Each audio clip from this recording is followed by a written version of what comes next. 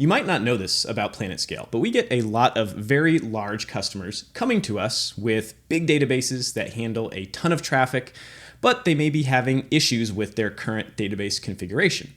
Maybe this is due to uptime issues where they're having issues with primaries going down and failing over. This could be that customers want to experiment with sharding to help them scale better. And thankfully, we have a lot of solutions for those kinds of problems, which is great. So how do we go about working with these customers to make sure that they can have confidence that our database solution is going to not only be better, but is going to be reliable, durable, and handle the kinds of queries that they're used to throwing at their databases? I asked one of our solutions architects, Jonah, about this, and he talked a little bit about how he works with customers in these kinds of scenarios. Yeah, so usually what happens is folks will kind of come in to our sales process. We get in touch. We say like, hey, this sounds good. Would you like to book a meeting? Here's a questionnaire to fill out, some scripts to run to give us some information. And then we can kind of go into that first meeting kind of knowing a bit more about like where they're coming from, what they're trying to do, and what their database kind of looks like. But often it becomes a matter of like, well, we want to get a proof of concept spun up, and we have a workload in mind, or we don't. Like maybe we have the eventual production workload, but we're not sure what the proof of concept looks like. So we'll give advice on like usually smaller staging environments are good, just because these are easier things to do in shorter periods of time. That can really build the confidence that folks need. The success criteria come kind of directly out of what the pain points are. So if someone is like saying like, we are running into the limits of vertical scale, great, we might want to show you like, here's what it's going to look like when we shard. If someone's saying like, we're having a lot of trouble with schema changes, we might say, okay, great, let's import some data and let's run some schema changes. You can see how that works and you can be satisfied that this is going to solve your problem. Now, these proof of concept stages usually last anywhere from a few weeks to potentially a few months. And customers really like having this window of time because essentially what it provides is a early period of time within a contract where what we'll do is that we'll size the database appropriately for the customer, and this is based on what we discover from customer needs. And then the customer can choose what kind of data do I want to load into this database to start testing and seeing if PlanetScale is going to work well. Sometimes this is actual production data. Sometimes this might be a smaller subset of data or a smaller database for a particular project that this customer has. We bring that data in, and then the customer has the opportunity to test whatever they want on this database. Oftentimes this can be, for example, certain queries that the customer knows in the past they've had troubles with, and they want to see how PlanetScale handles those queries. Some customers might have test suites already created of certain kinds of query workloads that they can run on a database. Basically, the customer can do whatever they want to get them to the point where they can have confidence that PlanetScale is going to handle these workloads. And for the vast majority of customers, that's what they realize by the end of this proof of concept. They are impressed with the platform. They gain a lot of confidence that it's going to work really well as a solution, and then continue and move forward with the remainder of the contract, eventually getting into production with their production data and production workloads getting sent over to that. Now, I also asked Jonah about some of the stuff that happens during these proof of concepts. What kinds of queries are users testing on these databases? How are users going about testing things? And so I want you to listen to a little bit from him about what his experience is working directly with customers. Yeah, it'll depend on the customer. So we'll do staging workloads are often really good, but we've had folks who just like they'll cut over a production workload as part of that opt-out period, and if that works, they're good to go. Because in a lot of places, it's like you can do some testing, but really the only thing that is production is production. That's the thing that is going to prove it, right? The other thing that we'll see is like we'll have folks who are pretty sold. They know that we run really big workloads, really performant workloads. They just want to see how it works with their systems in general. So they'll take some smaller use case, maybe it's a staging database, maybe it's a smaller production database. They'll put that on here. They'll kind of see how it works with their app. They'll get a good feel for it, and then knowing that like we have Vitesse underneath and we have the scaling chops that we have, like they'll do that sort of testing as well. I also asked Jonah about sizing of databases. If a customer has a pre-existing database, perhaps hosted on another platform, how do we go about mapping what that customer has on another platform to what they might need in our environment, whether that's a sharded key space or an unsharded key space? And he had some really good insights on the process and how we go about that as a company. So usually we give them like a questionnaire. We ask for what is it now, and then if we are not sharding it, we usually kind of map to a very similar thing, right?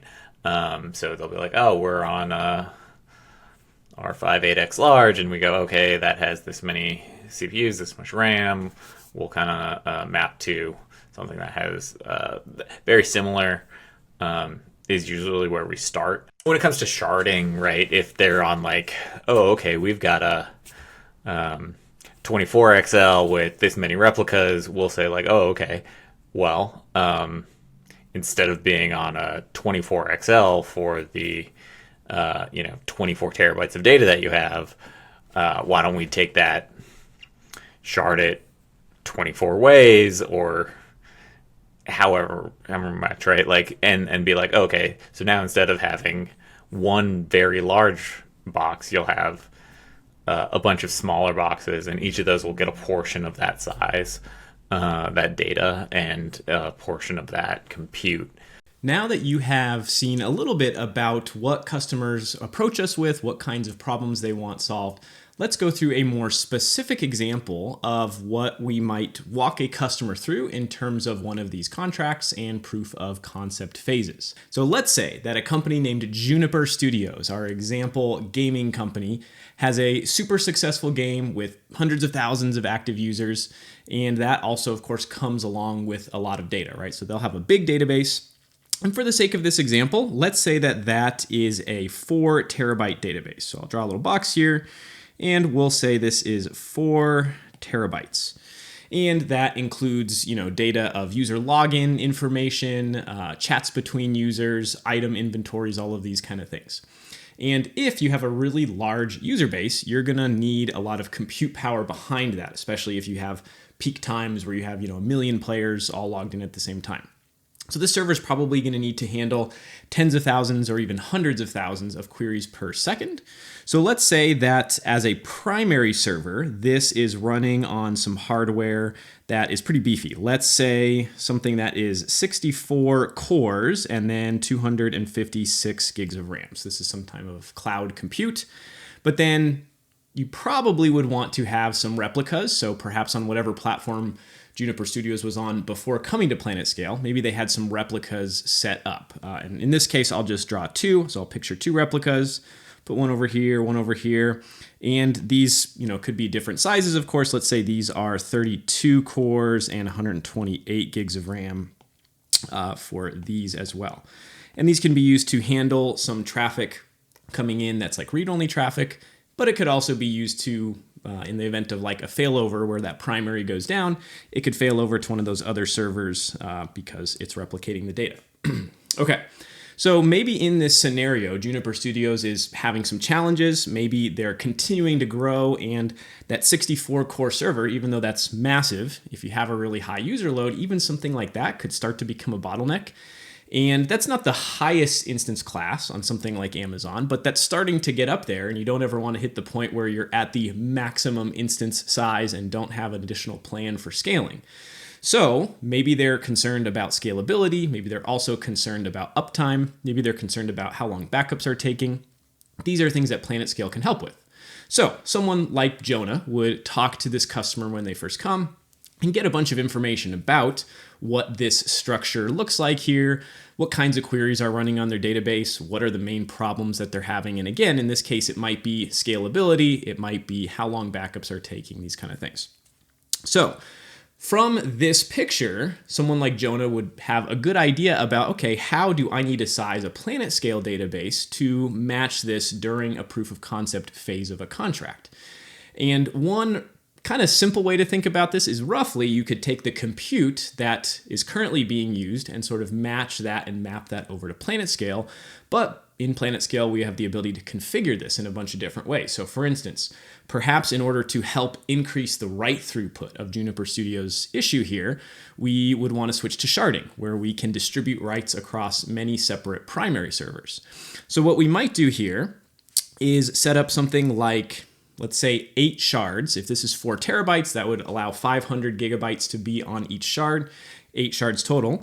And let's actually take a look at what that would map to in PlanetScale. 8 shards is probably a good starting point to consider for something like this. So let's say each shard we want to allocate some amount of resources for. And on PlanetScale, each shard can have replicas. So what we might actually have is a primary, and then like I had in the other picture, 2 replicas for that. And we need to figure out what size do we want this primary to be. Well, if this is going to store 1/8 of the data and handle roughly 1/8 of the traffic, one good starting point might be to say, I'm going to make the primary 1/8 the size of what the old primary was. So if it was 64 gigs, what are we going down to? We're going to, or sorry, 64 cores. So we're going down to 8 cores on this. And what would we be doing? So 1/8 of, what did I say? 256 gigabytes of RAM. So that would be 32 gigs of RAM going along with those 8 cores. And these replicas, we could size the same, or we could also size those smaller. So if we were to do smaller, I could say 4 cores with 16 gigs of RAM, 4 cores with 16 gigs of RAM. But this whole thing right here would get repeated 8 times, right? So this is 1 shard, and we would end up with, in total, 8 of these. So that's 1 shard, and so this would be repeated 8 times. And so there's also a layer in PlanetScale with the test called the VT gates, which can handle routing to figure out which shard to send a read or a write request to. So with these then created, we could load data into this database, get it distributed across the primaries and the replicas, and then the user or the customer could start testing this, right? Testing out queries. One big thing would be if you go from an unsharded database to a sharded database, there can sometimes be challenges with query compatibility. So the customer would want to make sure, do all my queries still run quickly and efficiently in a sharded environment? If there are any that don't, can I rewrite those queries to still run at the speed that I need in my sharded environment? Another thing that a customer might be interested in trying out at this point is how well does this database handle the traffic that they want it to be able to handle? There's a few ways that this could be done, one of which is if as a customer you already have some scripts and frameworks to test databases, you could just run those against these. You could write some custom stuff. You could run individual queries, but certain ones that you know are problematic and do some timing on those. A bunch of different ways to go about it. Now, with a PlanetScale and Vitesse under the hood database, you don't connect directly to these shards. There's a layer that sits in between this known as the VT gates. I'm going to just draw one big box for this in this case. I'll call this the VT gates. And these are the gates that sit in between the edge layer that we have and your shards themselves. And this handles routing the queries to the appropriate shard or shards as necessary. So what you would want to make sure, right, is when you are throwing load at this database, right? So you're throwing a bunch of queries at these VT gates, and then these need to figure out, how do I route this? That query goes to that shard, that one goes to that shard, that goes to that shard, and so on. You're going to want to make sure that, one, the shards and the way that you've distributed your data across the shards is able to handle the load, and you don't have too many hotspots or things of that nature. And you also want to make sure that the VT gates themselves are sized and have enough resources to be able to handle a high level of traffic that you might need to send at this database. After running all of these tests, you might find one option is, hey, maybe you've oversized your resources. Maybe you threw a bunch of test cases at it and the CPUs and the RAM was not even getting fully utilized. So you can downsize some of your VT gates or your shards. Or alternatively, if it was having trouble keeping up, that may be a sign that you need to upsize these resources to handle your traffic requirements of your application. Okay, so that is hopefully a very useful overview, big picture look at the way that we at PlanetScale work with our big enterprise customers who have really large and potentially difficult to work with databases, and how we try to make that process as easy as possible, how we provide proof of concept phases, and how we work with you to make sure that your data and your workloads are going to work really well on PlanetScale. Thanks for watching. As always, reach out to us if you have any questions. You can contact our support. We have a Discord channel. We have a bunch of different ways of communicating with us. And thank you for watching this video.